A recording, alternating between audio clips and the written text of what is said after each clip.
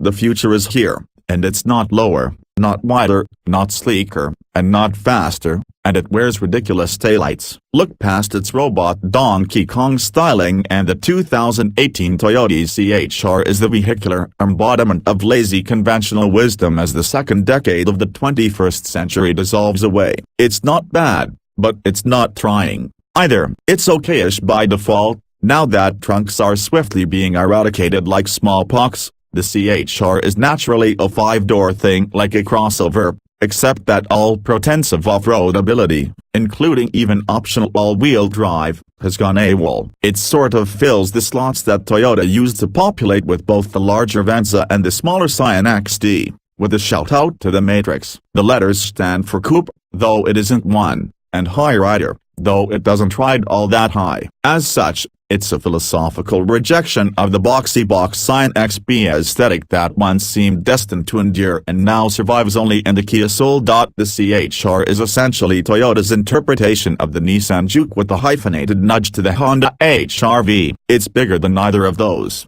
The 103.9-inch wheelbase exceeds the Juke's by 4.3 inches, and its 171.2-inch overall length is 8.8 inches longer. Like those competitors, it includes similar features such as high-mounted rear door handles and a foreshortened tail, and somewhat like the Juke, the CHR has the profile of a crouching chimpanzee.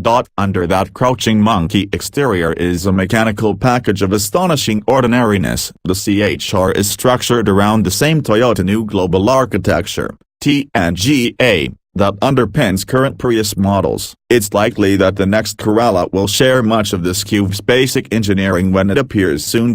It's a unified structure supported atop a strut front suspension and a multi-link setup in the rear. The rack and pinion steering is electrically assisted. The anti-lock brake system utilizes ventilated discs in front and solid discs out back, and the engine is positioned transversely up front, driving a continuously variable automatic transmission, CVT. Consider a very small car conventional wisdom box checked. Propulsion comes courtesy of a 2.0-liter member of Toyota's now decade-old ZR four-cylinder engine family. It has dual overhead cams, 16 valves with variable timing, and a relatively long stroke, but it is rated at just 144 horsepower, way up at a screaming 6,100 revolutions per minute. The torque peak comes at a more reasonable 3,900 revolutions per minute, but there's only a meager 139 pounds-to-feet. This is an unpretentious, unmodest power plant. Modesty and unpretentiousness don't,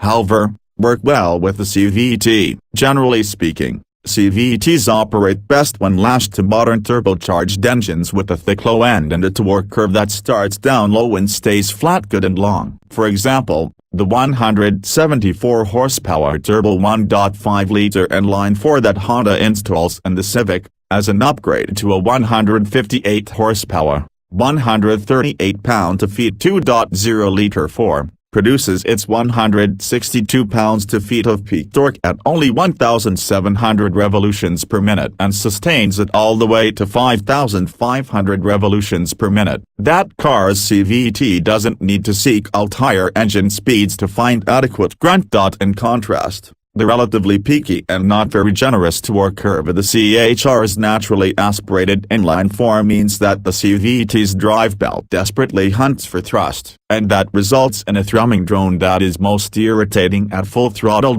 A mere 144 horsepower will have a rough go at propelling 3,286 pounds, no matter what the transmission. Throw a brick at the accelerator pedal and the CHR dawdles to 60 miles per hour in 11 seconds flat and completes the quarter mile in 18.4 seconds at 79 miles per hour. That's using the M mode in the transmission. It's marginally quicker, a relative term, than is the fully automatic mode, but it's the lack of responsiveness in passing that adds some terror into the mix. It takes the CHR a lackadaisical 7.5 seconds to groan from 50 to 70 miles per hour. That's at least a half second slower than any of the 6th Twerpute CD compared in 2015. It's a massive 1.8 seconds behind the 146 horsepower Mazda CX-3 Touring that won that competition while also fighting the parasitic drag of an all-wheel drive system. Clearly, The CVT murders what little performance potential there was in the CHR. Toyota offers the CHR in two trim levels,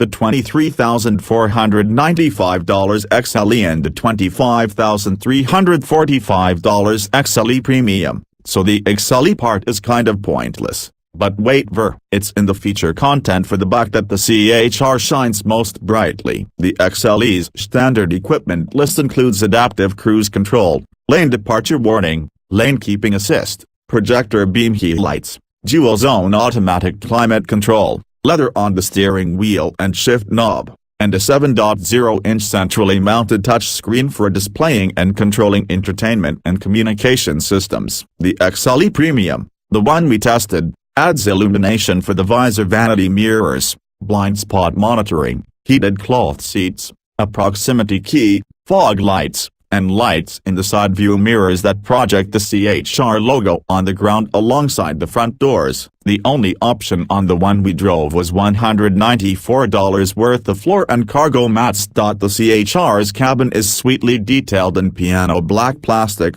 but the available space isn't expansive. The seats are perfectly shaped and supportive, although passengers in back will be squeezed and may knock noggins getting in beneath the sloping rear roof. That roof also impedes cargo space with the rear seats up. The Soul has fully 5 cubic feet more in that situation. The CHR's luggage volume is on the low end of class norms when the rear seats are folded, 36 cubic feet.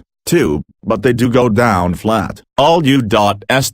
market CHRs are assembled at Toyota's plant in Sakarya, Turkey, and there's no apparent compromise in material or assembly quality. The CHR is a Toyota, and that means, treated right, it might be reasonable to expect it will outlive you and several generations of your descendants. But this is a vehicle that deserves some mechanical engagement to go with its origami bumper covers and trendy countenance. If Coco the gorilla can learn sign language, this ape deserves some tricks of its own.